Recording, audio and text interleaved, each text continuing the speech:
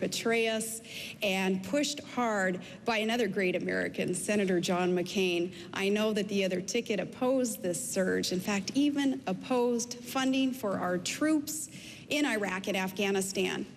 Barack Obama voted against funding troops there after promising that he would not do so. And Senator Biden, I respected you when you called him out on that.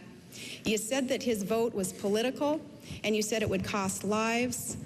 And Barack Obama at first said he would not do that. He turned around under political pressure and he voted against funding the troops. We do have a plan for withdrawal. We don't need early withdrawal out of Iraq. We cannot afford to lose there, or we're going to be no better off in the war in Afghanistan either. We have got to win in Iraq. And with the surge that has worked, we're now down to pre-surge numbers in Iraq. That's where we can be. We can start putting more troops in Afghanistan as we also work with our NATO allies who are there strengthening us. And we need to grow our military. We cannot afford to lose against al-Qaeda and the Shia extremists who are still there, still fighting us. But we're getting closer and closer to victory, and it would be a travesty if we quit now in Iraq. Senator. Gwen, with all due respect, I didn't hear a plan. Barack Obama's offered a clear plan. Shift responsibility to the Iraqis over the next 16 months, draw down our combat troops. Ironically, the same plan that Maliki, the Prime Minister of Iraq, and George Bush are now negotiating. The only odd man out here, only one left out, is John McCain, number one. Number two, with regard to Barack Obama not, quote, funding the troops, John McCain voted the exact same way. John McCain voted against funding the troops because the amendment he voted against, had a timeline in it to draw down American troops. And John said, I'm not going to fund the troops if, in fact, there was a timeline. Barack Obama and I agree fully and completely on one thing. You've got to have a timeline to draw down the troops and shift responsibility to the Iraqis. We're spending $10 billion a month, while the Iraqis have an $80 billion surplus. Barack says it's time for them to spend their own money, have the 400,000 military we've trained for them begin to take their own responsibility, and gradually over 6 months, 16 months withdraw. John McCain, this is a fundamental difference between us. We will end this war. For John McCain, there is no end in sight to end this war. Fundamental difference. We will end this war. Governor. Your plan is a white flag of surrender in Iraq, and that is not what our troops need to hear today, that's for sure, and it's not what our nation needs to be able to count on. You guys oppose the surge works. Barack Obama still can't admit the surge works. We'll know when we're finished in Iraq, when the Iraqi government can govern its people, and when the Iraqi security forces can secure its people. And our commanders on the ground will tell us when those conditions have been met. And Maliki and Talibani also, in working with us, are knowing, again, that we're getting closer and closer to that point, that victory that's within sight. Now, you said regarding Senator McCain's military policies there, Senator Biden, that you supported a lot of these things. In fact, you said that you wanted to run, you'd be honored to run with him on the ticket. And that's an indication, I think, of some of the support that you had, at least until you became the VP pick here.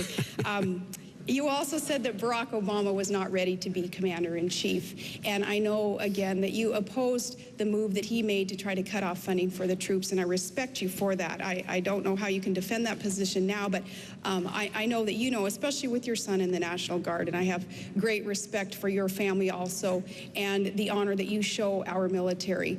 Barack Obama, though, another story there. Anyone, I think, who can cut off funding for the troops after promising not to, that's another story. Senator Biden. John McCain voted to cut off funding for the troops. Let me say that again. John McCain voted against an amendment containing $1.6 billion that I had gotten to get MRAPs, those things that are protecting this, the governor's son, and pray God, my son, and a lot of other sons and daughters. He voted against it. He voted against it, the funding, because he said the amendment had a timeline in it to end this war, and he didn't like that. But let's get straight who has been right and wrong. John McCain and Dick Cheney said, when I was saying we would not be greeted as liberators, we would not, this war would take a decade, not a day, not a week, not 6 months. We would not be out of there quickly. John McCain was saying the Sunnis and Shias got along with each other without reading the history of the last 700 years. John McCain said there'd be enough oil to pay for this. John McCain has been dead wrong. I love him. As my mother would say, God love him, but he's been dead wrong on the fundamental issues relating to the conduct of the war. Barack Obama has been right. They're the facts. Let's move on to Iran and Pakistan. I'm curious about what you think, starting with you, Senator Biden. Which is the greatest threat? A nuclear Iran or an unstable Pakistan? Explain why. Well, they're both extremely dangerous.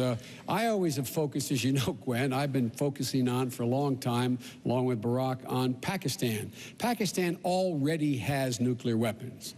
Pakistan already has deployed nuclear weapons. Pakistan's weapons can already hit Israel and the Mediterranean. Iran getting a nuclear weapon would be very, very destabilizing. They are not close to getting a nuclear weapon that's able to be deployed. So they're both very dangerous. They'd both be game changers. But look, here's what the fundamental problem I have with John's policy about terror and stability. John continues to tell us that the central war on the front on terror is in Iraq. I promise you, if an attack comes in the homeland, it's going to come, as our security services said, it's going to come from al-Qaeda planning in the hills of Afghanistan and Pakistan. That's where they live, that's where they are, that's where it will come from, and right now that resides in Pakistan. A stable government needs to be established. We need to support that democracy by helping them not only with their military, but with their governance as well as their economic well-being. There have been 7,000 madrasas built along that border. We should be helping them build schools to compete for those hearts and minds of the people in the region, so that we actually are able to take on terrorism. And by the way, that's where bin Laden lives, and we will go at him if we have actionable intelligence. Governor, nuclear Pakistan, unstable Pakistan, nuclear Iran, which is the greater threat? Both are extremely dangerous, of course. And as for who termed that central war on terror being in Iraq, it was General Petraeus and al-Qaeda. Both leaders there, and it's probably the only thing that they're ever going to agree on, but that it was a central war on terror is in Iraq. You don't have to believe me or John McCain on that. I would believe Petraeus and that leader of al-Qaeda. Nuclear armed, especially Iran, is so extremely dangerous to consider. They cannot be allowed to acquire nuclear weapons, period. Israel is in jeopardy, of course, when we're dealing with Ahmadinejad as a leader of Iran. Iran claiming that Israel is, he termed it a stinking corpse, a country that should be wiped off the face of the earth. Now, a leader like Ahmadinejad, who is not sane or stable when he says things like that, is not one whom we can allow to acquire nuclear energy, nuclear weapons. Ahmadinejad, Kim Jong-il, the Castro brothers, others who are dangerous dictators are ones that Barack Obama has said he would be willing to meet with without preconditions being met first.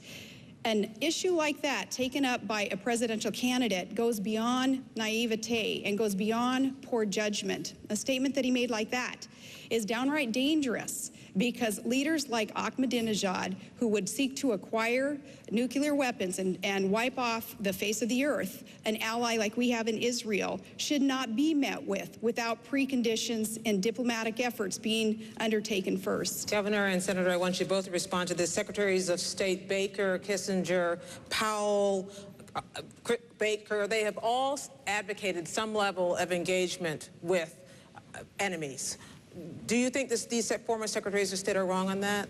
No, and Dr. Henry Kissinger especially, and I had a good conversation with him recently, and he shared with me also his passion for diplomacy, and that's what John McCain and I would engage in also. But again, with some of these dictators who hate America and hate what we stand for with our freedoms, our democracy, our tolerance, our respect for women's rights. Those who would try to destroy what we stand for cannot be met with just sitting down on a presidential level, as Barack Obama had said he would be willing to do. That is beyond bad judgment. That is dangerous. No, diplomacy is very important. First and foremost, that is what we would engage in. But diplomacy is hard work by serious people. It's lining out clear objectives and having your friends and your allies ready to back you up there, and have sanctions lined up also before any kind of presidential summit would take place. Senator.